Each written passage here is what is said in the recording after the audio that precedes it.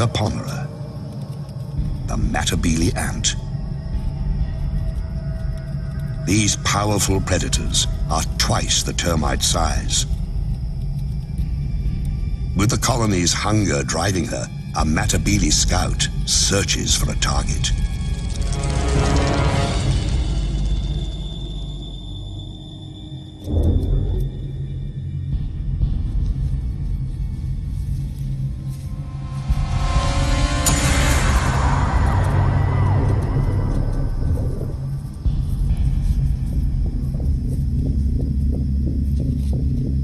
The termites know that shadow and what it means.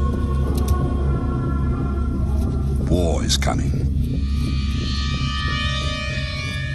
Soon. They can do nothing as the scout marks the target and a path to their home.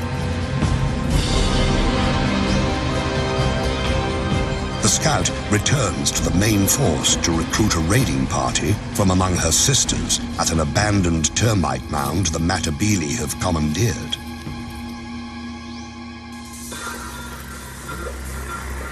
With a jolt of pheromones, the chemical message travels among the warriors.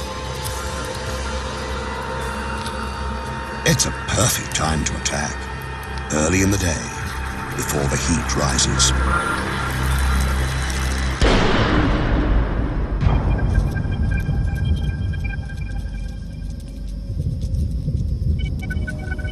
Matabele move out with the ominous, deliberate pace of a Roman legion.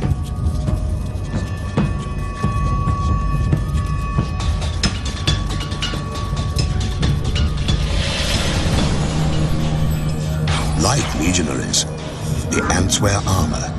Their exoskeletons can withstand all of the harshest blows. They sting with highly toxic venom. But their heaviest weapon is their jaws, able to rip opponents to shreds. A raiding force can consist of 600 ants.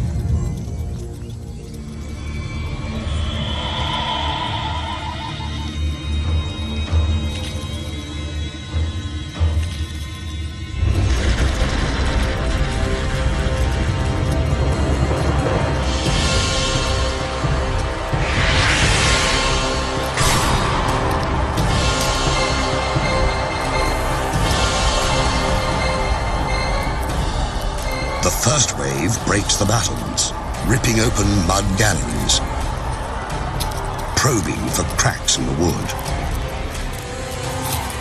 Now, the smallest Matabele attack. These tunnel rats make relentless forays into the termite sanctuary.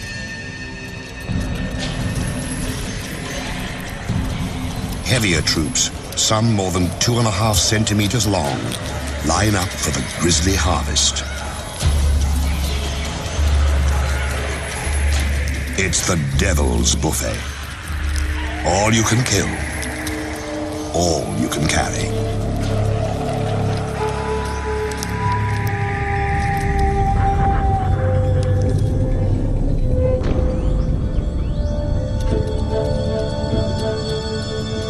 One raid might claim 4,000 victims.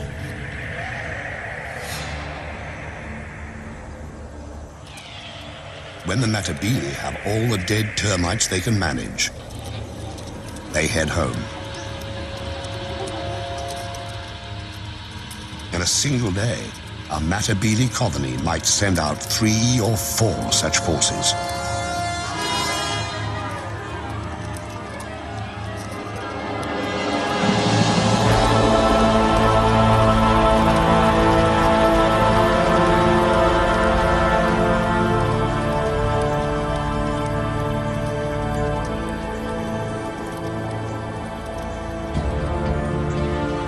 Soon, the big ants will move their base to richer hunting grounds.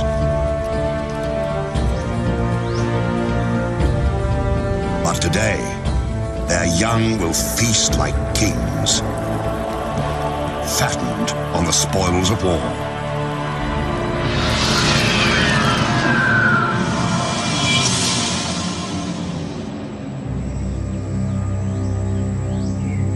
Violence is the imperial tool, wielded in many ways. Sometimes to disrupt, sometimes to control.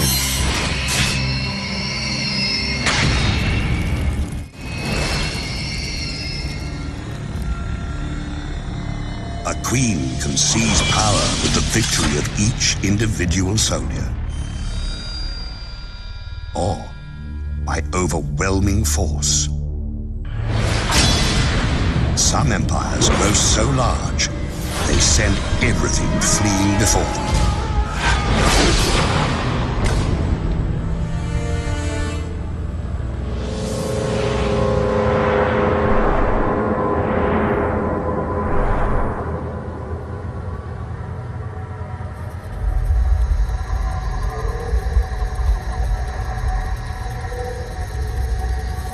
In the Panamanian rainforest, Ecitan, the army ant, rules its turf with massive numbers. Army ants travel in deadly columns, a lethal force ever on the move. But this is not an attack.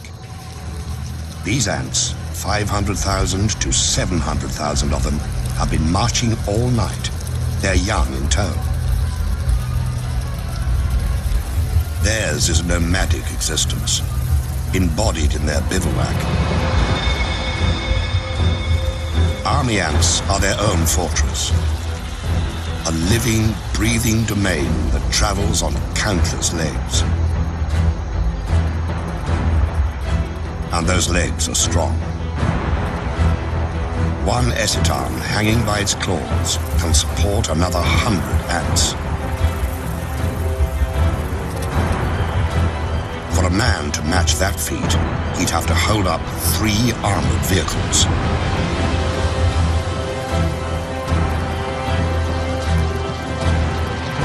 Deep in the recesses of this mass of ants are hidden 200,000 unhatched young.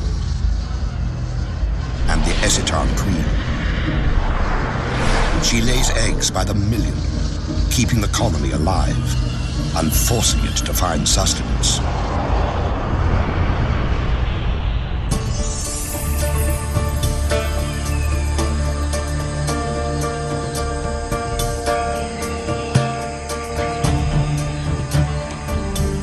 Dawn, and the bivouac stirs.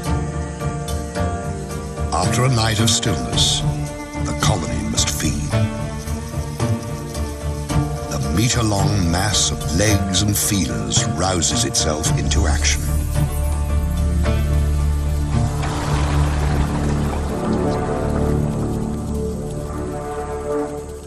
The ants begin in columns that branch apart and widen, becoming an invincible tide that can travel 300 meters a day. It's called a swarm raid, and it consists of several 100,000 ants.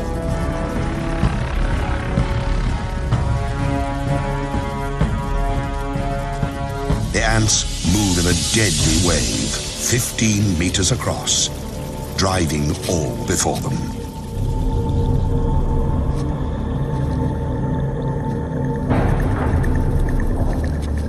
Those who fail to flee are doomed.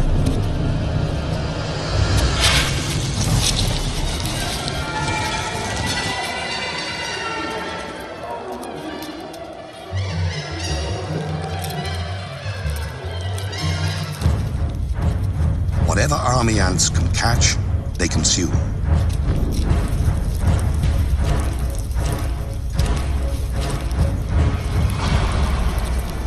The attackers shred their prey so they can carry it back to feed the young.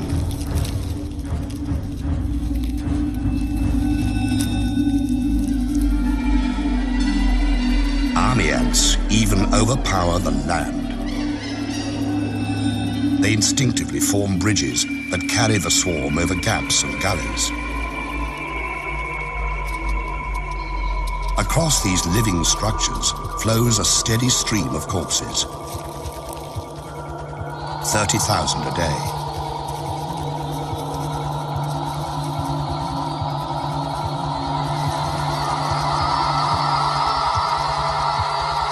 But army ants have enemies.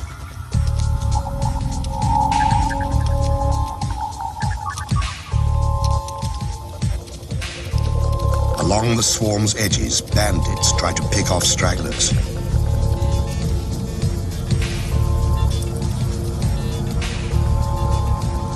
Paratrachina, or crazy ants, are the anarchists of the forest. Small, but highly organized, they are willing to do anything to grab a meal. Infiltrate, attack, abscond, whatever it takes.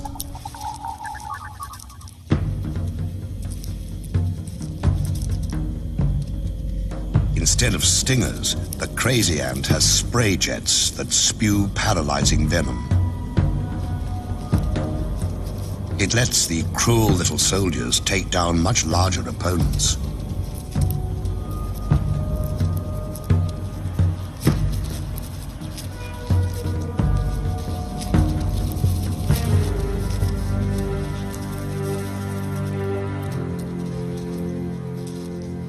Army ants fear their crazy cousins for the chaos they unleash.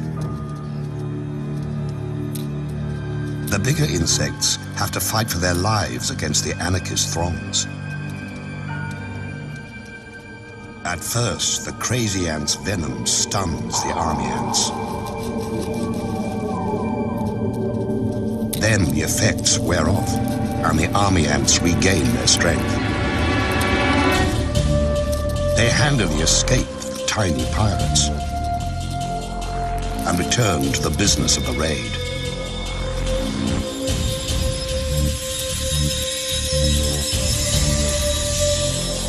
In a week, an army ant colony kills and eats 250,000 creatures.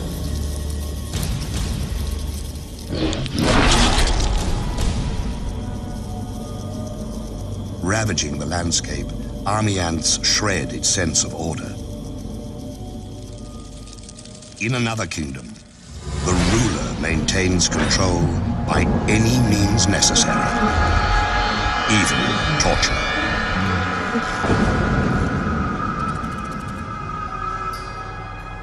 The Empress can afford to be gracious. She has enforcers to do her dirty work. Relentless surveillance and oppression of any who deviate from the rules. In the kingdom of Mellifera, order is the order of the day.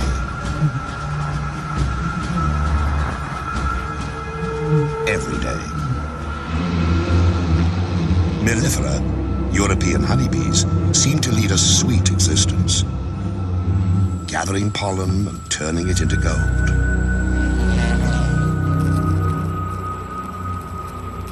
But beneath this bright image lies a dark reality.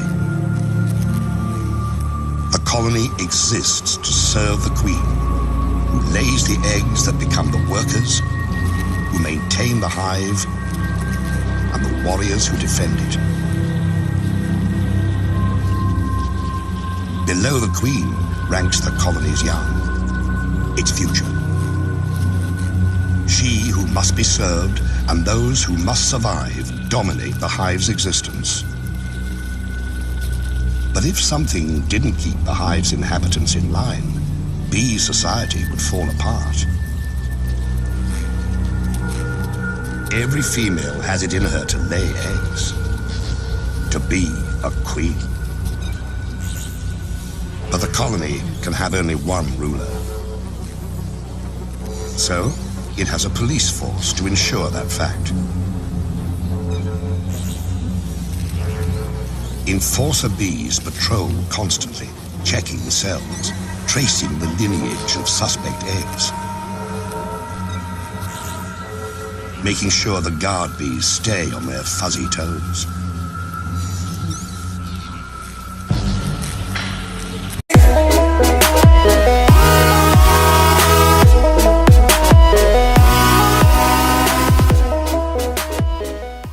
Revolutionaries. And in the hive, It takes very little to cross that line. All a rebellious female needs to do is lay an egg.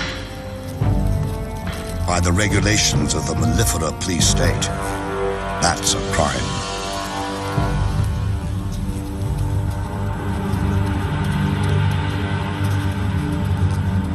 One bee is breaking the law. She deposits an egg in what she hopes is safety. If they thought they could get away with it, half the bees here would do the same.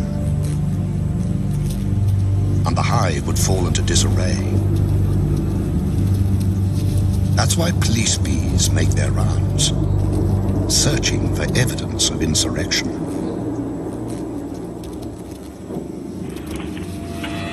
And they find it. For them, an outlaw egg contains the seeds of a colony's destruction, and so it must be destroyed.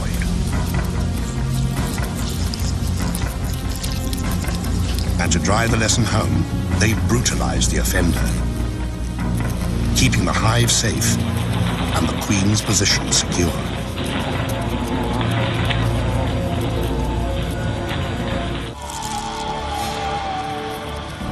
The natural order demands surrender.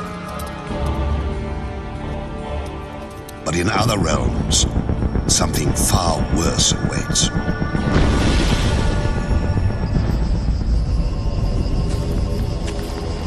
In the imperial domain, it is not enough to rule.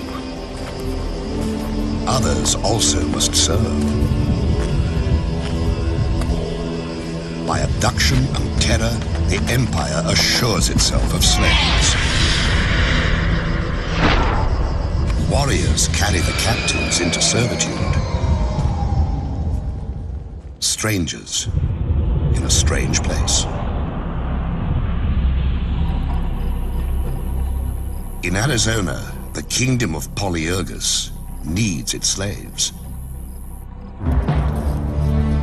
The queen has her consorts, the warriors, to do her bidding. All of these live royally, thanks to a servile class. Polyergus, the slave raider ant, requires slaves because the species has grown so specialized it cannot care for itself. Massive mandibles, perfect for killing, have little use off the battlefield. So this kingdom has two societies: those who reign and those who serve. The servant ants, dwarfed by their masters, are of the species Formica.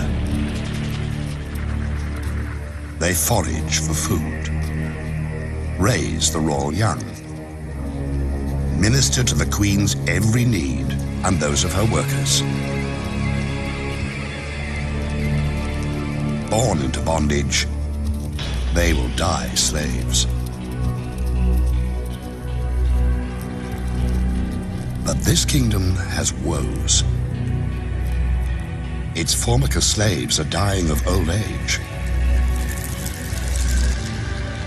It's time for the slave-raiding Polyergus to do what they do best: kill and plunder.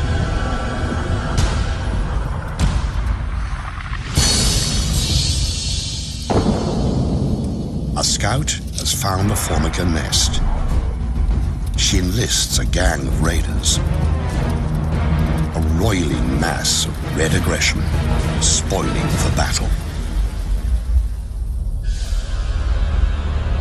In an instant, they're off. 1,500 to 2,000 ants flowing across the terrain with a single purpose: seize slaves.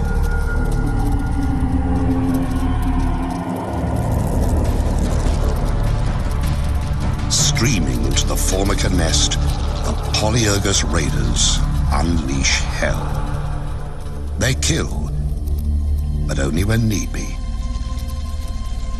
They've really come to steal the unhatched Formica young.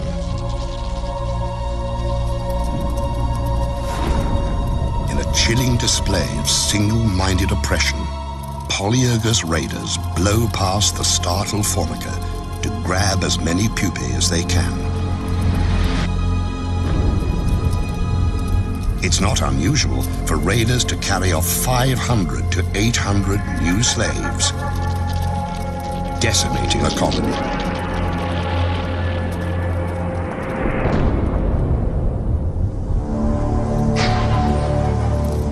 The raiders transport the kidnapped formica brood back to their kingdom.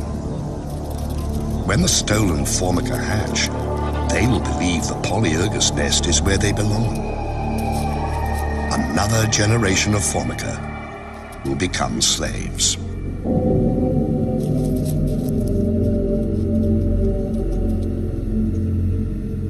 At the wrecked formica nest, the queen roams amid the ruins, her offspring abducted and enslaved.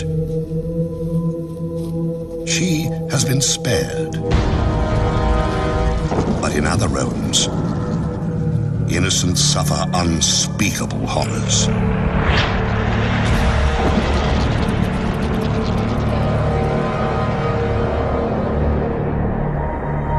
Some kingdoms steal youngsters to enslave them.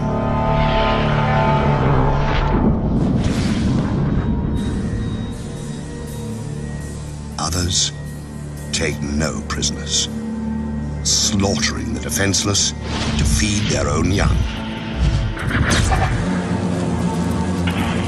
Winged horror has a name.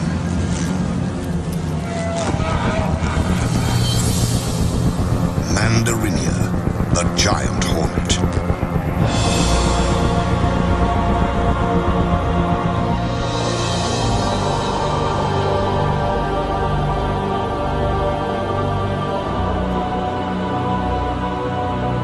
Their reach extends across Japan. Their empire reigns in dark, secluded places.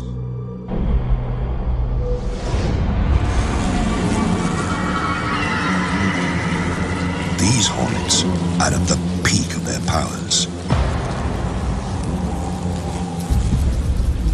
Their queen is vigorous.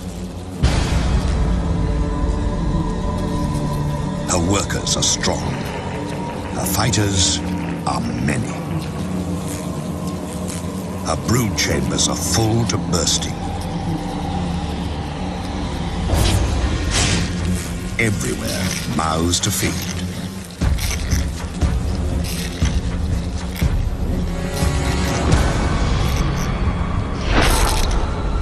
Countless larvae signal their relentless hunger by scratching at the walls of their cells.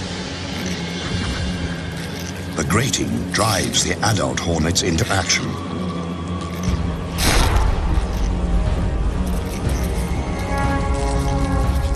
They have to feed the babies. And hornet babies live on flesh, ground into meatballs, and delivered by their caregivers. The larvae must feed constantly. So a single scout takes wing, ranging far afield to find fresh meat. At nearly 8 centimeters long, giant hornets are superb killers. Sharp talons seize prey. Powerful jaws sever limbs and decapitate victims. Compound eyes detect the slightest movement. And this scout has found a fat, defenseless target. A hive full of mellifera, European honeybees. The scout marks it with pheromones.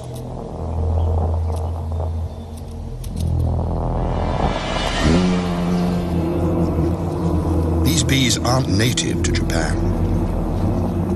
They arrived during the last century, imported because they produce more honey and are less combative.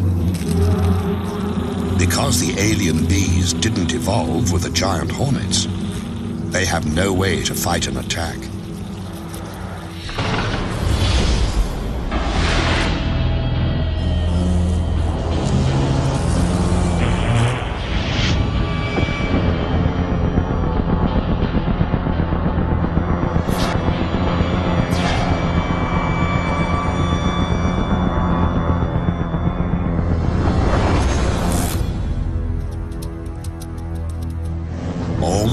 bees know to do is mass at the hive entrance.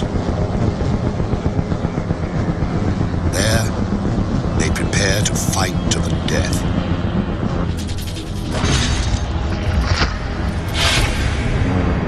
The hornets are 5 times the honeybee's size, and many times more willing to kill. In the stillness, fierce wings and fearsome odds.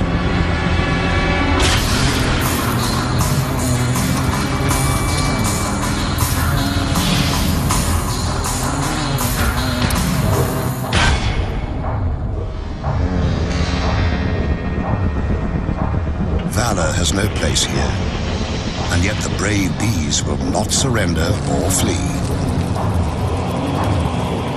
They will kill a hornet or two, but what is one dead hornet when so many live? Reveling as they do in the deaths of bees by the thousand.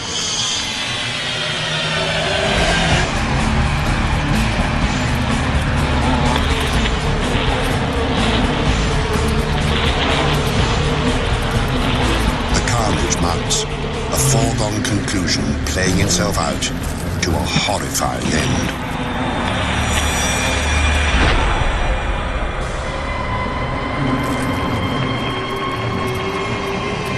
In only hours, 20 or 30 hornets can wipe out a hive of 30,000 bees.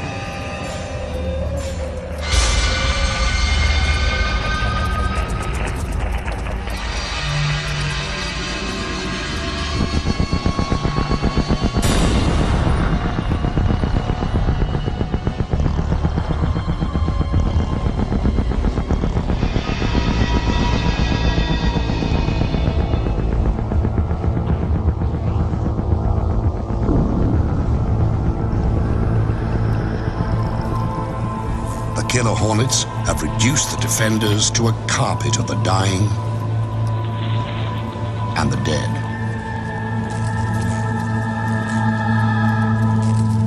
Now, they can rob at their leisure, sometimes for days. This bee colony is doomed. The victims left to rot. The raiders gorge on honey, even licking it from carcasses.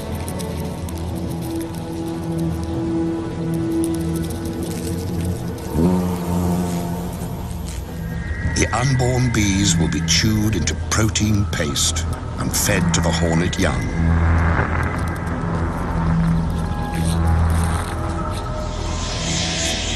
For every empire that seems invincible, there is an opponent able and ready to exploit an unexpected weakness.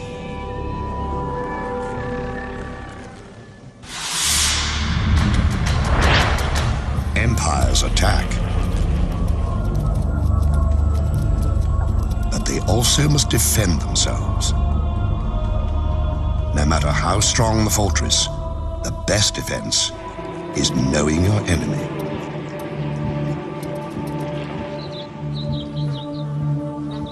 These bees have learned that lesson. For eons, they have thrived in the giant hornet's deadly shadow. The bees of Sarana know the giant hornets send scouts to find their hives. To survive, these Japanese honeybees must capture and kill the hornet scout.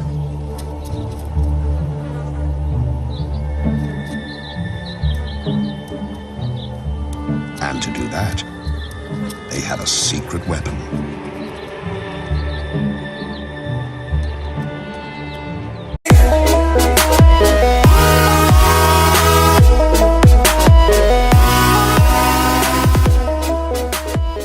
The enemy at the gate. The soldier bees pull back slightly. Their waggling signals a sneak attack. They're enticing the hornet to enter their hive. When she takes a few sacrificial targets, the bees attack. In a horde, the defenders rush the hornet scout, enveloping her in a wave of bee bodies. But they don't sting. Instead, the bees crowd belly to belly against the invading beast. Vibrating their abdomens, they create a ball of heat that clasps the hornet at its livid core. It's a battle with narrow margins. The bees can stand temperatures up to 50 degrees. The hornet can only survive to 46. The temperature of the core, 47 degrees. For 20 minutes, the squirming orb presses onto its prey. Bees die. Others step up. If the scout escapes, all is lost.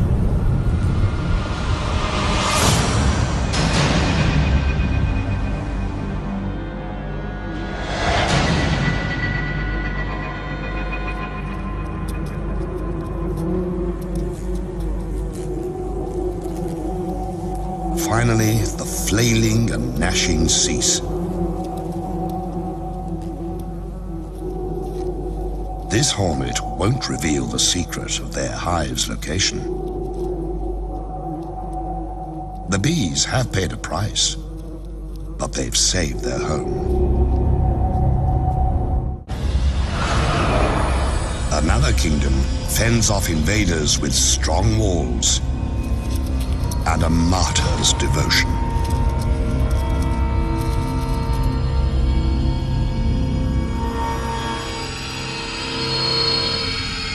In the land of macrotermes, jousting for territory and resources never relents.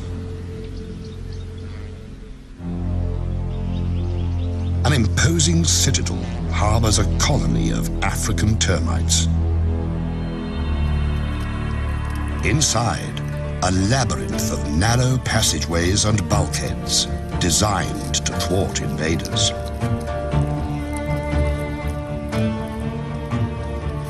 The termites are watchful, lest their citadel fall. But kingdoms' fates often are decided at their borders. A remote outpost can be all that stands between survival and the empire's collapse.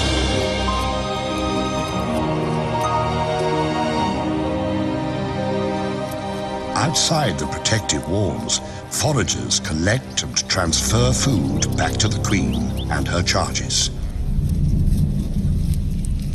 They also watch for invaders. A Matabele scout appears. With their heads, termites send a subterranean alarm that ripples through the outpost.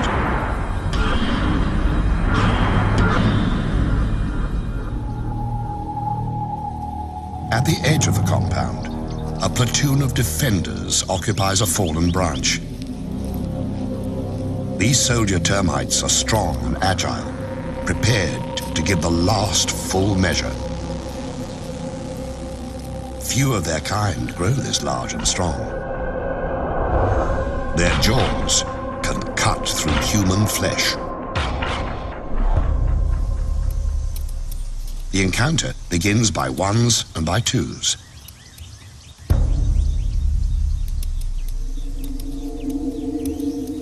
A raider infiltrates. A sentry patrols.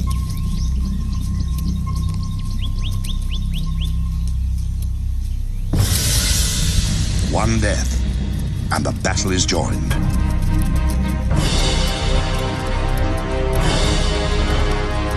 The ants stream forward, attacking with no mercy.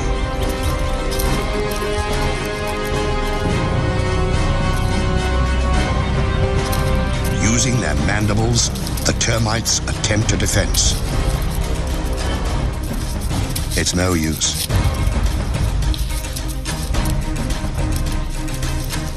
Some seek shelter, but there's nowhere to hide. Even the formidable termite guards are no match for the raiders' venomous stings, which destroy the termite's nervous system.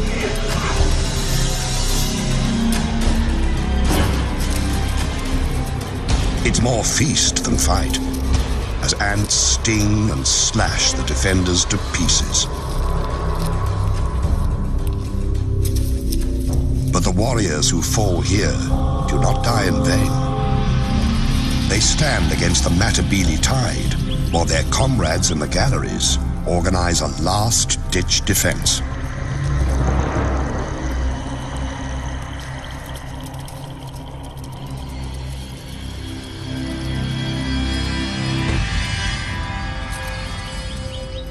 At the gates, the fighting intensifies.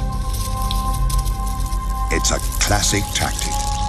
Against superior forces, seize and hold the narrow passage. Stand your ground. Come home with your shield, or on it.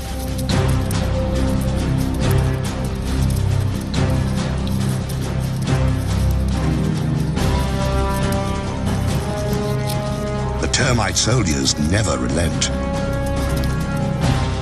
Sacrificing themselves, they buy precious time for defenders to seal off the embattled bunker.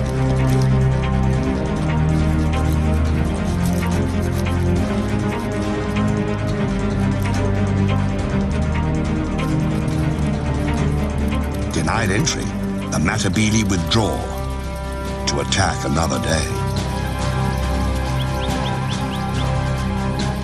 The termite colony is safe, but at a terrible cost. The departing ants carry off hundreds of termite corpses that will nourish the invaders.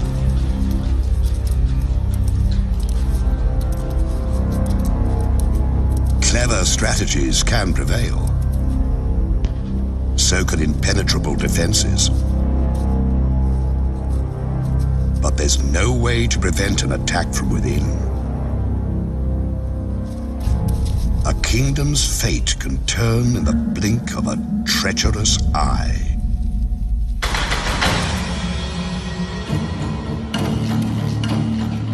Power belongs to those who hold it, and to those who seize it. An empress is only as safe as her courtiers allow. When danger stalks the halls, rulers do well to beware. In the kingdom of Polyergus, virgin queens have to steal empires for themselves. They cannot inherit this domain. A reigning queen will tolerate no rival. So, a would-be monarch must infiltrate a Formican nest, murder its queen, and steal her identity. To start their quest, young queens join a slave raid.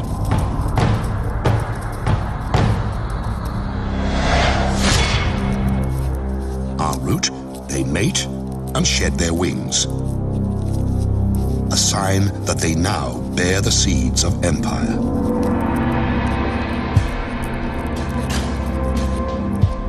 One queen has picked her target. She approaches the Formican nest, ready to seize power. But before this killer queen can attack, she must evade her quarry's protectors. She releases a pheromone. Like a chemical spell, the scent neutralizes and repels the Formica defenders. The colony's heart is where the queen is, and the interloper means to pierce that heart.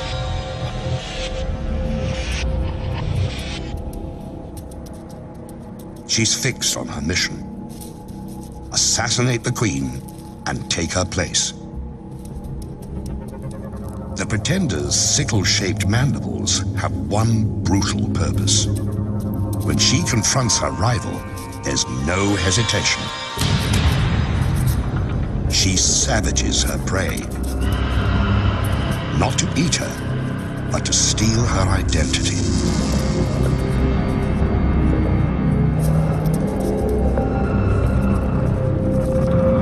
Attendants try to pull the wounded queen to safety, but the murderess will not allow it.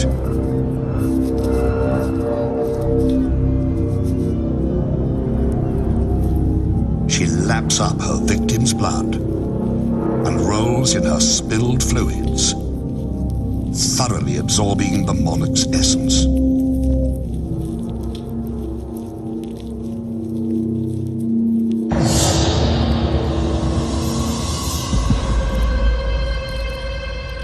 After 20 violent minutes, the Formican queen is left to die.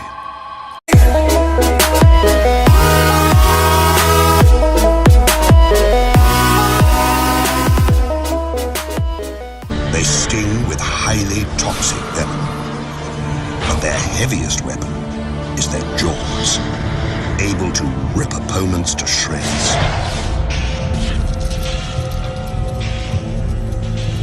A raiding force can consist of 600 ants.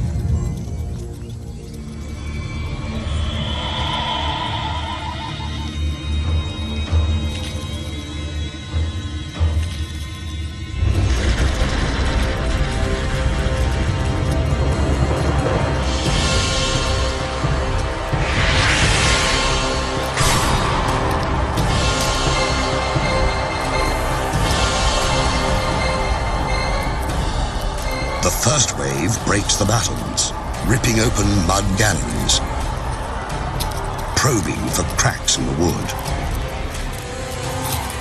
Now, the smallest Matabele attack. These tunnel rats make relentless forays into the termite sanctuary.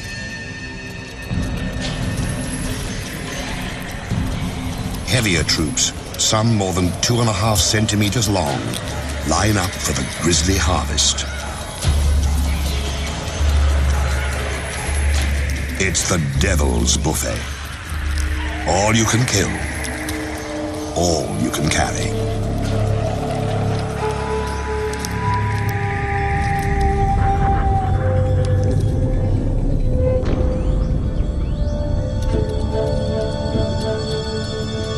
One raid might claim 4,000 victims.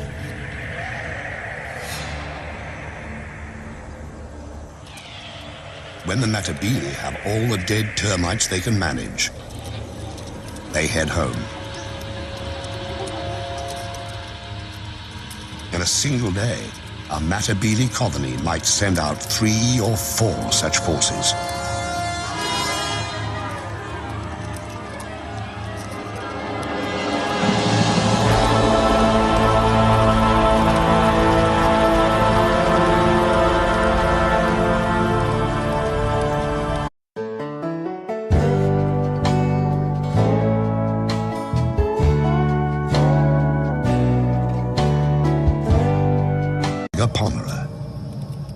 The Matabele ant. These powerful predators are twice the termite size. With the colony's hunger driving her, a Matabele scout searches for a target.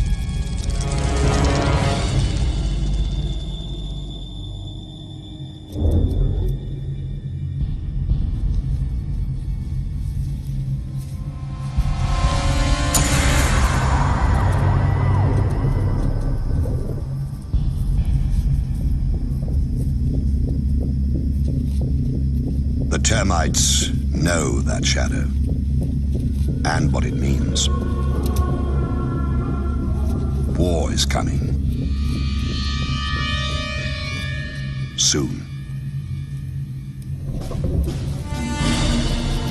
They can do nothing as the scout marks the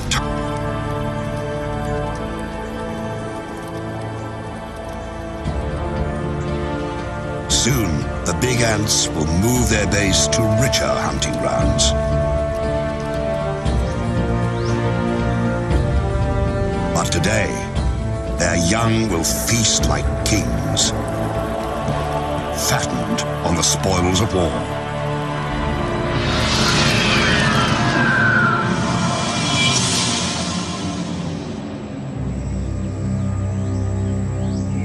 Violence is the imperial tool, wielded in many ways. Sometimes to disrupt, sometimes to control.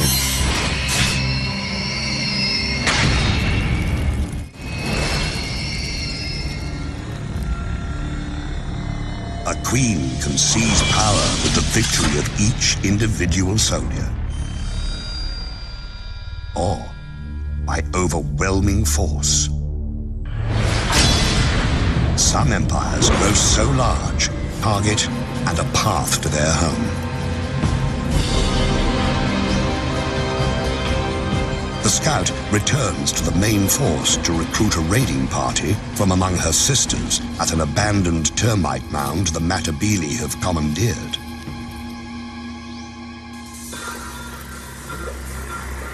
With a jolt of pheromones, the chemical message travels among the warriors.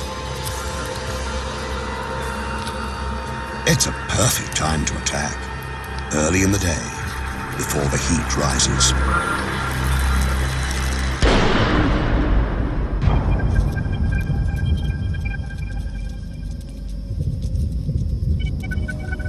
Matabele move out with the ominous, deliberate pace of a Roman legion.